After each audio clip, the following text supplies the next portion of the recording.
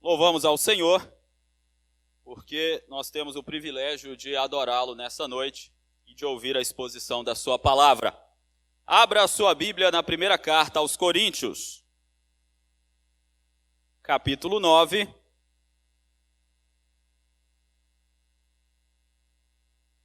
Primeira carta aos Coríntios, capítulo 9, versos de número 23 a 27. Assim é a palavra do nosso Deus. Tudo faço por causa do Evangelho, com o fim de me tornar cooperador com ele. Não sabeis vós que os que correm no estádio, todos na verdade correm, mas um só leva o prêmio? Correi de tal maneira que o alcanceis. Todo atleta em tudo se domina. Aqueles para alcançar uma coroa corruptível, nós, porém, a incorruptível.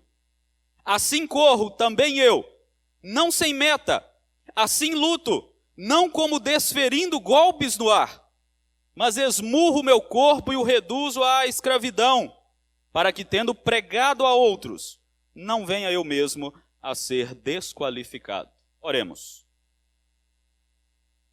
Senhor nosso Deus e Pai, graças te damos e te louvamos, ó Deus, pela tua palavra, que nos instrui, nos orienta, nos corrige e edifica o teu povo, ó Deus, e fortalece a fé do teu povo. Agora, ó Deus, fala ao nosso coração. Continua a falar conosco, ó Deus, neste culto de louvor e adoração ao teu santo nome. Que a tua igreja, ó Deus, esteja com o coração aberto para ouvir a tua palavra. Que assim o teu Espírito Santo, ó Deus, faça o que lhe aprouver nessa noite, neste culto, para a glória do teu santo nome. Amém. Pois bem, irmãos, 2020 está às portas. E com um ano novo, vem acontecimentos novos, novos eventos, novos rumos na história, novos marcos acontecem conosco e ao nosso redor. Alguns eventos no próximo ano certamente serão marcantes. Podemos citar que na política haverá eleições municipais, certamente algo que envolve o nosso município. Há um evento internacional que, para quem gosta de esportes, é bem interessante, que são as Olimpíadas. Ano que vem, em Tóquio, no Japão, se eu não me engano, teremos as Olimpíadas. E certamente os atletas de mais de 200 países que participarão das Olimpíadas já estão se preparando para este momento. Há muito tempo. Estão se preparando para lutarem pelas glórias da vitória, pelos louros da vitória. Estão se preparando para receber o prêmio, para escreverem os seus nomes na história do esporte, para alcançar a recompensa pela dedicação, para conseguirem seus objetivos pessoais. Porém, nós sabemos que todo este empenho, esforço, toda essa glória, todos esses prêmios, todas essas recompensas, elas dizem respeito a este mundo, a este momento, a esta vida. No texto que nós lemos, Paulo está empregando como ilustração a alguns elementos de alguns jogos da sua época. Porém, ele vai usar esta ilustração para falar de prêmio, de recompensa, de coroa, de vitória, relacionado à eternidade. Não ao momento, não ao agora, não à história dos homens simplesmente, mas algo que é eterno. Quando nós olhamos para o contexto da primeira carta aos Coríntios, ou das duas cartas que nós temos na nossa Bíblia, nós podemos ver que Paulo chega a Corinto, e Atos capítulo 18 registra isso, e ali, mediante a sua pregação, nós podemos dizer que a igreja é fundada. Quando Paulo sai de Corinto, ele já está na sua terceira viagem missionária em Éfeso. Ele então recebe informações da casa de Cloe a respeito do que estava acontecendo dentro da igreja de Corinto.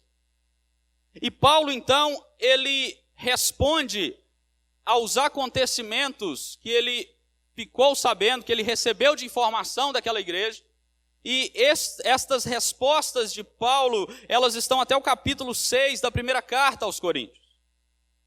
A igreja de Corinto também manda cartas para Paulo.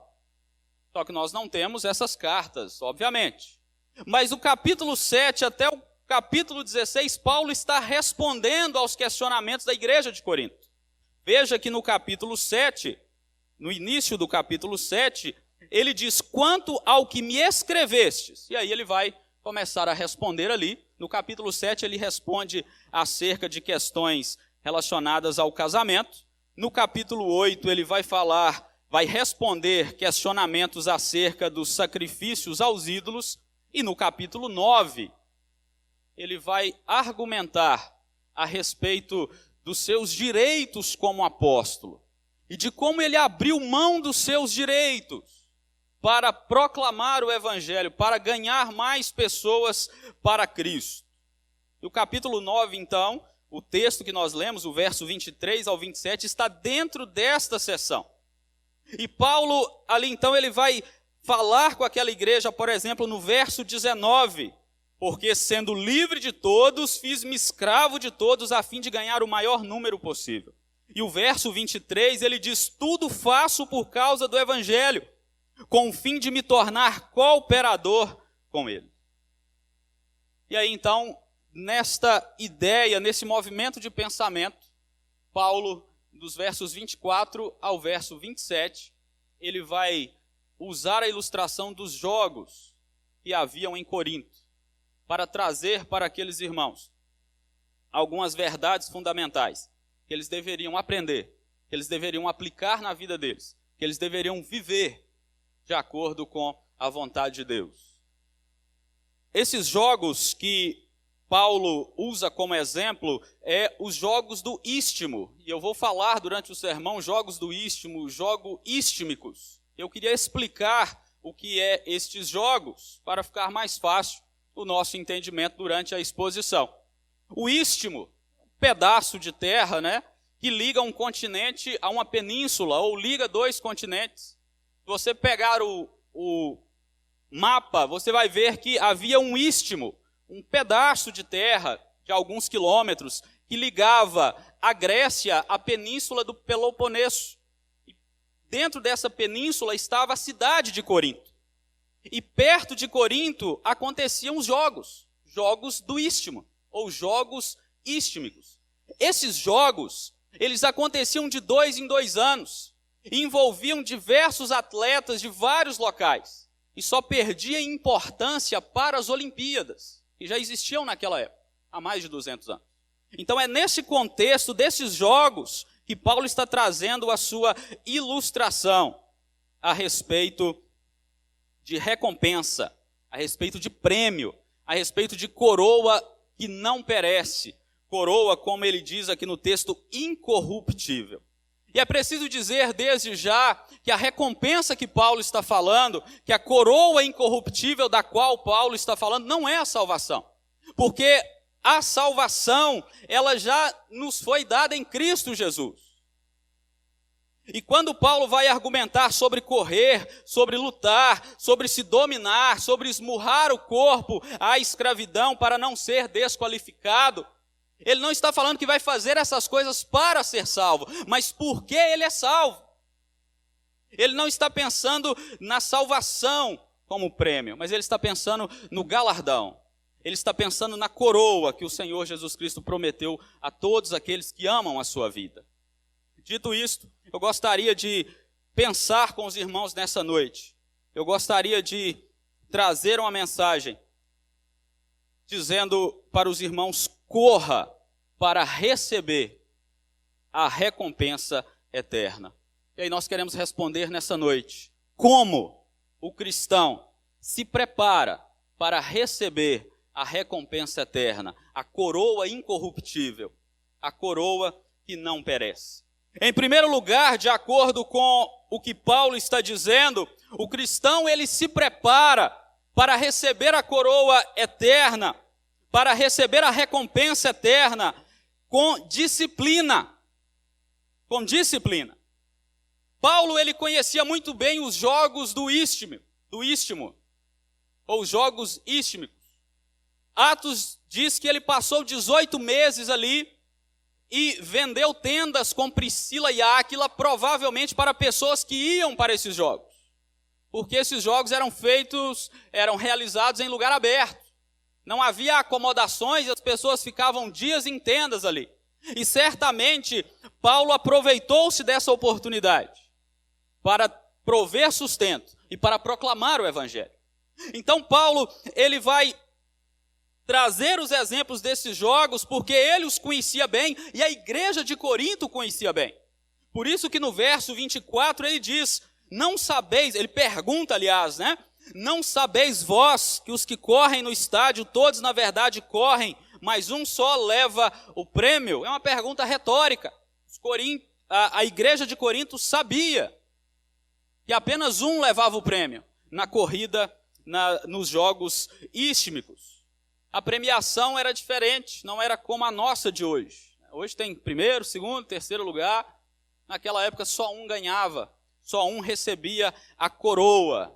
Uma coroa feita de folhas, ou de pinheiro, ou uma espécie de salsa, que logo murchava, logo perecia, logo acabava. E aí Paulo, então, depois da sua pergunta retórica, ele exorta aos irmãos de Corinto: corram para que possam vencer, ou corram para alcançar o prêmio. E aí é certo que os irmãos de Corinto fizeram a correlação daquilo que Paulo estava dizendo.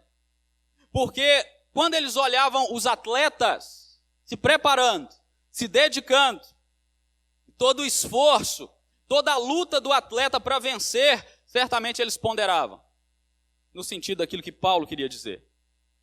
Paulo queria dizer para aqueles irmãos que era necessário que eles tivessem uma vida disciplinada na corrida espiritual. Que eles tivessem disciplina como se fossem atletas na corrida espiritual na qual eles estavam.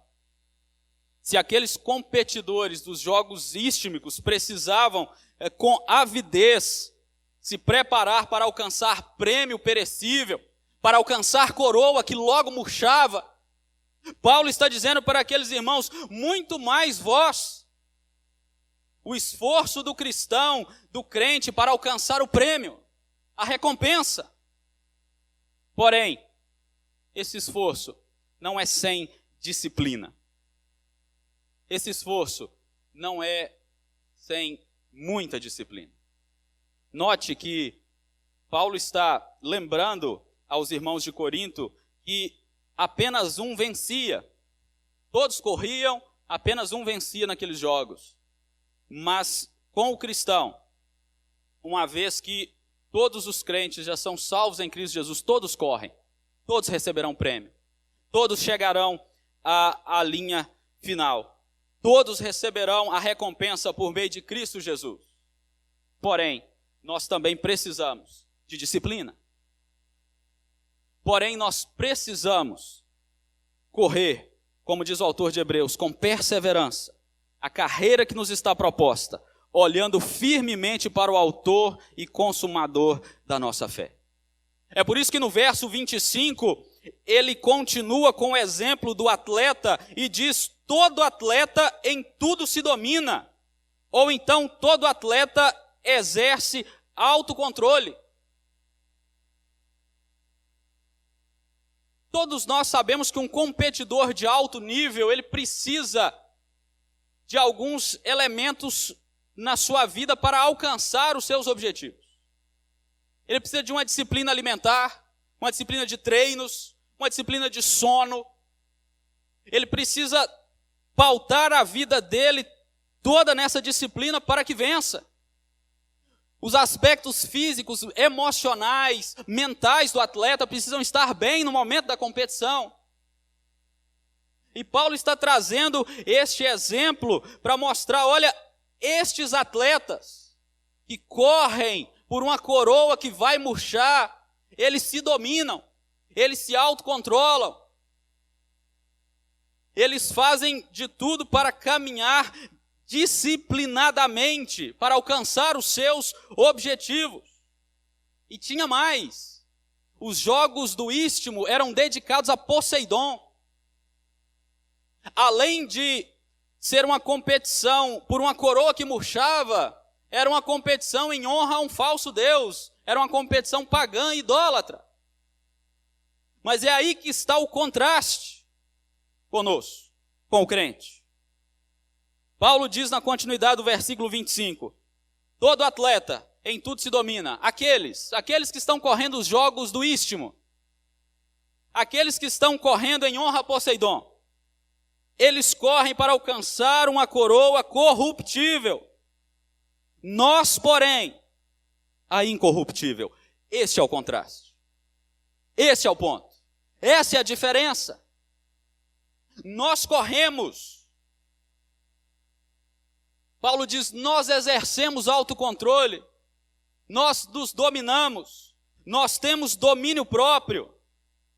E perceba que ele não está falando de possibilidade, ele está falando de certeza.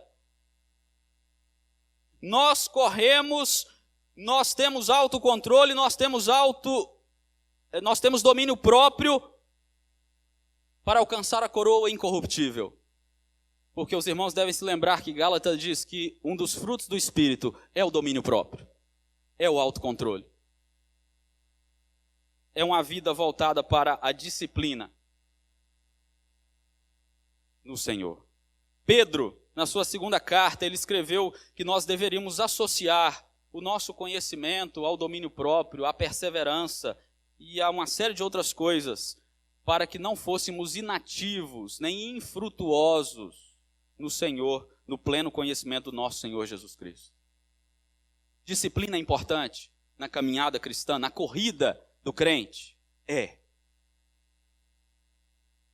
Ter domínio próprio é importante? É. Mas é fácil? Não. Provavelmente para você ter domínio próprio assentado ouvindo a mensagem é tranquilo. Mas não é aqui que é mais exigido de nós o domínio próprio, o controle, a disciplina. É na arena do cotidiano, é lá fora. Que as coisas ficam de fato sérias e precisam de controle. É na nossa vida diária que nós precisamos clamar ao Senhor e pedir a Ele pela sua misericórdia, para que de fato disciplinemos a nossa vida na corrida cristã. Para que de fato tenhamos domínio próprio nos momentos mais difíceis. Pense comigo. Um atleta de qualquer época, ele precisa abrir mão de muitas coisas. Ele precisa se dedicar bastante. Ele precisa ter uma disciplina de treinos. Agora pense, empregue isso tudo à vida do cristão. O cristão ele precisa de disciplina. Ele precisa abrir mão de muitas coisas.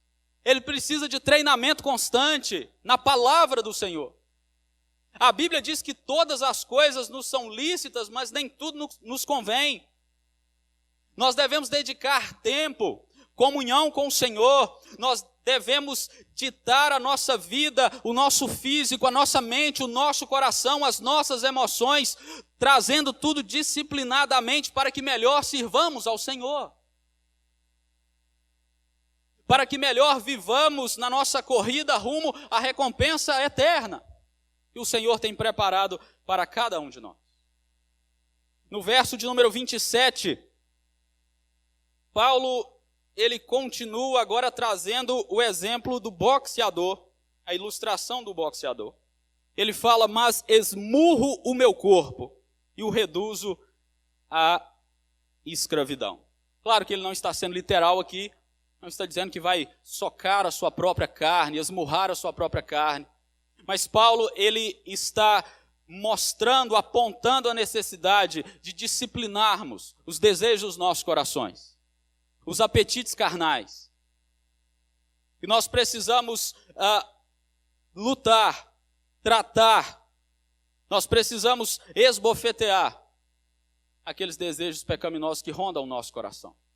Devemos nos lembrar, meus irmãos, que temos dois inimigos principais: Satanás e nós mesmos. E o segundo é pior do que o primeiro. Charles Spurgeon disse, pregador inglês, falou o seguinte: se eu ficar na terra e o diabo for para a lua, ainda assim eu mesmo serei o meu pior inimigo. Ai de nós, nosso coração é nosso maior inimigo. É por isso que nós devemos considerar a importância da disciplina espiritual em sujeitar, levar cativo, dominar, escravizar os nossos desejos, as nossas paixões, os nossos apetites pecaminosos diante do Senhor. Mas se lembre que Paulo não está considerando essas coisas, esse domínio próprio, essa escravidão dos desejos, dos apetites, do pecado diante dele, na sua própria capacidade. Certamente Paulo está confiando na força e no poder do Senhor, porque certamente nós não conseguimos, como crentes, caminhar sem depender do Senhor. Nós não conseguimos domínio, nós não conseguimos controle, nós não conseguimos, sem o Senhor, nos dar condição, nos capacitar para isso. Paulo também não está pensando em uma disciplina voltada para o ascetismo, para o isolamento, para fugir deste mundo, para uma espécie de mosteiro ou algo parecido, ficar isolado. Não! Ele está considerando o esmurrar o seu próprio corpo no contexto de vida, no dia a dia, na vida real, porque é aqui que as coisas acontecem. E é nesta prática que nós devemos ter autodomínio, ter disciplina. E qual é a finalidade dessa disciplina para Paulo? O verso 27, ele diz: para que tendo pregado a outros, não venha eu mesmo a ser desqualificado. Não ser desqualificado na sua pregação. Tente entender um pouco a mente de Paulo. Para Paulo, o alvo é Cristo e a proclamação do Evangelho. Para Paulo, nada mais importava, nem a vida, nem a morte. Para Paulo, tudo era Cristo. E por isso mesmo, ele usava da sua liberdade, como ele diz no capítulo 9, para ganhar todos que fossem possível pela pregação da palavra. E ele abria mão dos seus direitos. E ele então se preparava de todas as maneiras possíveis para anunciar o Evangelho e não ser desqualificado. O não ser desqualificado aqui, para que ele não pregasse uma coisa e vivesse outra, como os fariseus faziam. É o sentido de desqualificado para Paulo. Ele não queria ser desqualificado para o prêmio. Ele não queria falar algo e viver o contrário. E certamente que por meio da disciplina, do domínio próprio, do autocontrole, ele pregaria, ele pregou e viveu aquilo que pregava. Na dependência do Espírito Santo do Senhor, certamente Paulo conseguiu disciplinar-se. E há um grande ensinamento aqui para nós. Algo importante de nos lembrarmos quando Paulo fala de domínio próprio, de disciplina, de escravizar, de reduzir à servidão os nossos desejos, os nossos apetites. É que a vida cristã, ela não pode ser vivida de qualquer maneira. A vida cristã tem de ser vivida segundo as regras estabelecidas pela palavra de Deus. Tem de haver disciplina na vida daquele que verdadeiramente é crente. Se você é cristão, você está na corrida. Você precisa correr segundo as regras. Paulo escreveu para Timóteo, certa vez, dizendo que o atleta não era coroado se não lutasse segundo as normas. Você conhece as normas. Você conhece as regras. Elas estão na palavra do Senhor. Elas estão na Escritura Sagrada. É a nossa norma de vida, é o nosso padrão de vida. É segundo essas normas que nós devemos correr a corrida que nos está proposta. Sendo assim, meus irmãos, se você tem direitos e se você pode abrir mão dos seus direitos para ganhar alguns, abra mão. Na dependência do Senhor, do seu poder, domine os seus apetites, as suas paixões, os seus desejos. Na dependência do Senhor, viva o que você prega para as pessoas. Na dependência do Senhor, que você continue a corrida rumo à coroa gloriosa, disciplinadamente, conforme o Senhor requer de todo aquele que ama a sua vinda. E há uma segunda maneira de preparar-nos para receber a recompensa gloriosa, a coroa incorruptível, e é por meio de foco, de objetivo, de ter meta.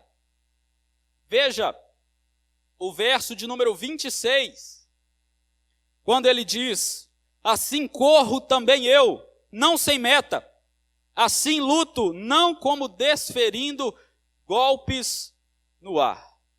Paulo agora se volta para o seu próprio exemplo, interligando a disciplina com o seu objetivo de vida. Porque uma está interligada com a outra, e ele fala: olha, eu corro, mas eu tenho meta, eu tenho objetivo, eu tenho foco. Eu corro sem perder a meta de vida, de vista. E se nós estudarmos a vida de Paulo, nós vamos ver que aquele homem, antes mesmo da conversão, ele era um homem persistente, com objetivos, com metas. E ele seguia suas metas.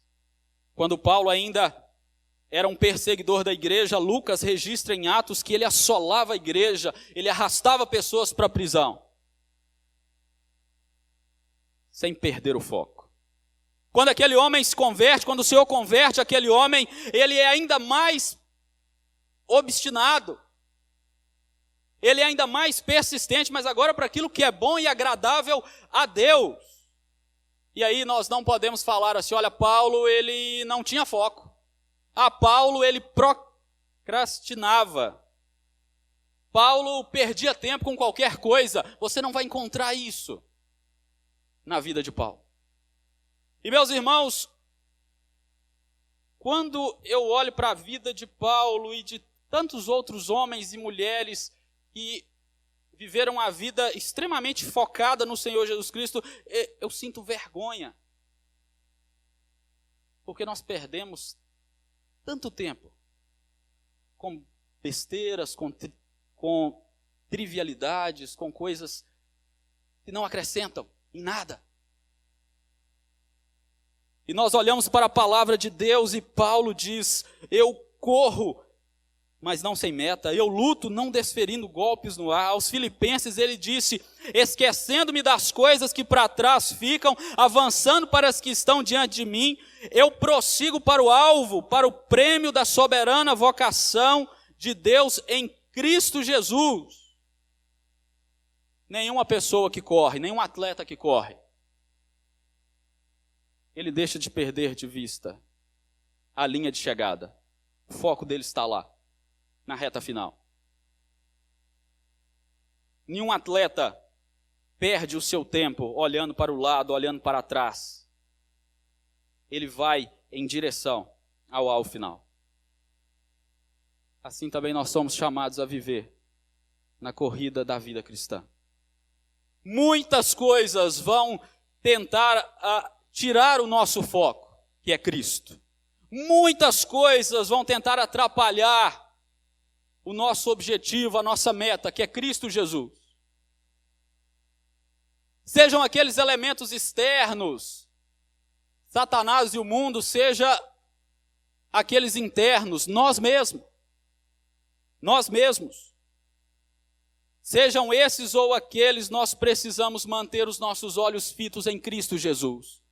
Nós precisamos nos manter focados até recebermos a herança gloriosa que nos espera. Paulo, na segunda metade do versículo, ele diz, aí usando uma ilustração do boxe, dos boxeadores: assim eu luto, não como desferindo golpes no ar. Você já viu uma luta de boxe, né? Pessoa no aquecimento ali, ele dá muitos golpes no ar. Durante a luta, há muitos golpes que saem errado e pode dar até um contra-ataque para o adversário. O que o Paulo está dizendo com essa ilustração? Eu não dou golpes no vazio. Eu não perco o meu tempo dando golpes sem acertar. Paulo está extremamente focado, ele tem habilidade, ele tem propósito, ele tem precisão na corrida cristã. E é assim que o crente precisa viver, manter-se em guarda sempre, não descansar, manter a luta em pé, não baixar a guarda, não subestimar os inimigos, mas lutar com propósito, com objetivo, pensando sempre na recompensa eterna, em estar com o Senhor para sempre. E quando Paulo mostra que ele está sempre focado, ele diz, e ele pode dizer com propriedade: combati o bom combate, Timóteo, completei a carreira, guardei a fé. Será que nós teremos condições de dizer assim também no final da nossa vida? Completei a carreira, combati o bom combate, guardei a fé. Foco em Cristo. Objetivo, meta em Cristo. Essa mensagem de Paulo, ela era importantíssima para a igreja de Corinto. A igreja de Corinto, a cidade de Corinto, era uma cidade bem interessante. Era uma cidade que tinha de tudo. Era uma cidade rica, próspera, mas era uma cidade de adoração a muitos deuses: Apolo, Poseidon, Afrodite, a deusa do amor, e muita imoralidade sexual, muita coisa perniciosa envolvia aquela cidade. Certamente a igreja, no meio daquele contexto, passava muitas dificuldades, principalmente aquele que queria viver em santidade de vida. E pelas cartas nós sabemos que houve aqueles no meio da igreja de Corinto que começaram de fato a perder o foco. A cidade de Corinto tinha um apelido: Coríntias estai. Era o que os gregos queriam dizer quando queriam descrever o baixo nível moral dos habitantes de Corinto. Quando alguém estava em imoralidade sexual, a pessoa dizia: ele está Coríntias estai, ou ele está vivendo uma vida coríntia, como os habitantes de Corinto. Agora pense a igreja nesse contexto. Pense a igreja vivendo neste meio. Pense que é bem parecido com o nosso contexto. Olha ao seu redor. Nós vivemos em uma cidade, em um país, e tem lá suas semelhanças com Corinto. E se nós não tivermos foco em Cristo Jesus, pode ser que nos perdamos na nossa corrida. O foco é importante. Os padrões da nossa atualidade não são muito mais elevados do que os padrões de Corinto. Nós devemos reconhecer isso. Mas nós, como igreja, não podemos ceder como alguns membros da igreja de Corinto estavam cedendo. A imoralidade, a devassidão, a todo tipo de pecado que nós possamos pensar. Mas como nós não cederemos, mantendo o olhar fixo em Cristo Jesus?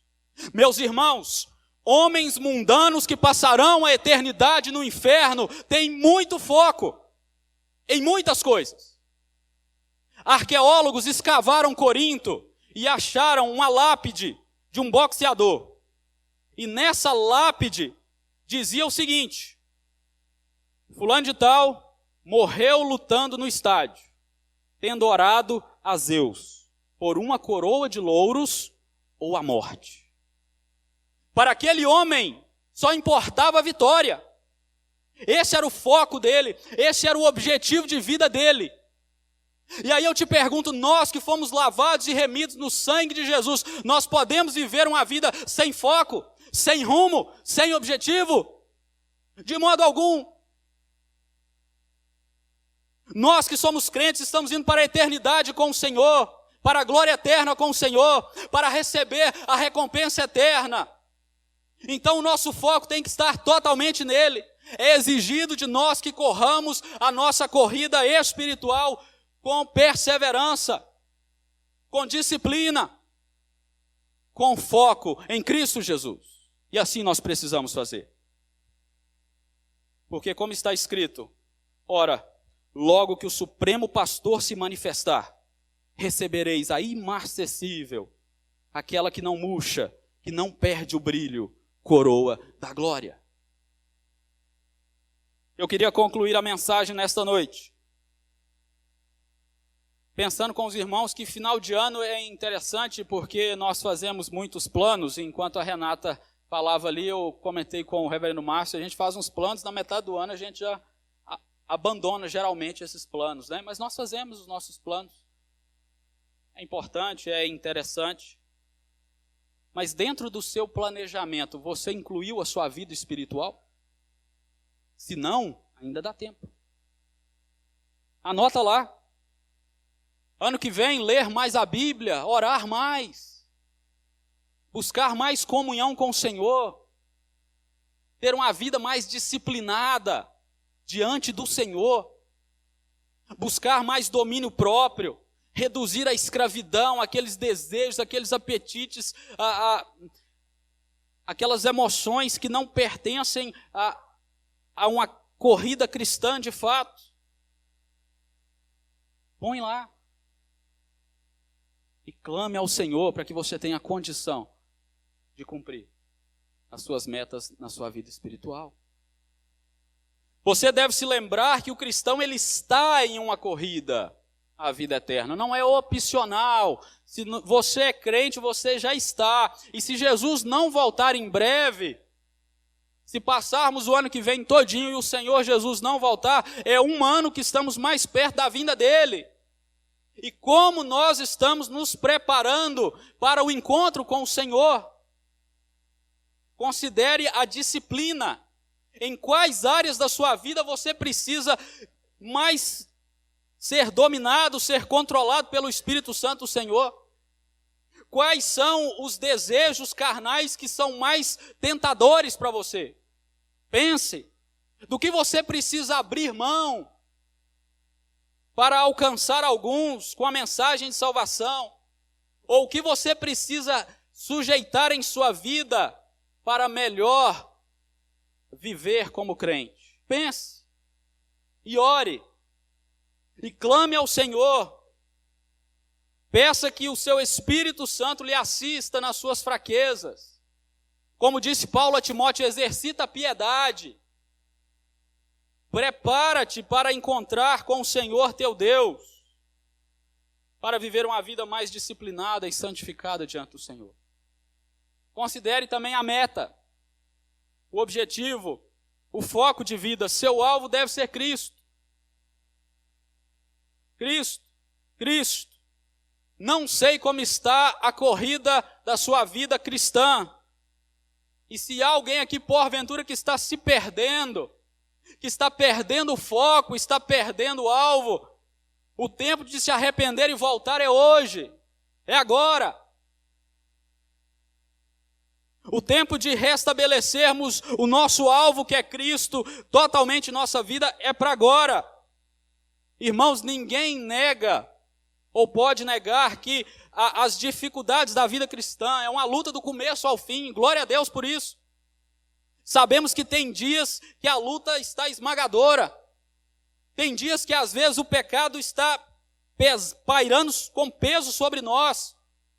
Tem dias que alguns têm até vontade de desistir, mas mantenham seus olhos focados em Cristo. Meus irmãos, mantenha seus olhos no prêmio da glória. Mantenha os seus olhos na vida eterna. Você será fortalecido pelo Senhor até o dia final, até a reta final. Como disse Paulo a Timóteo, no capítulo 4 da segunda carta, no versículo 8. Já agora, a coroa da justiça me está guardada, a qual o Senhor, reto juiz, me dará naquele dia, e não somente a mim, mas também a todos quantos amam a sua vinda. Você ama a vinda do Senhor? Você ama a vinda do Senhor? Então viva uma vida de disciplina e focado no Senhor e Salvador Jesus Cristo. Amém. Deus os abençoe.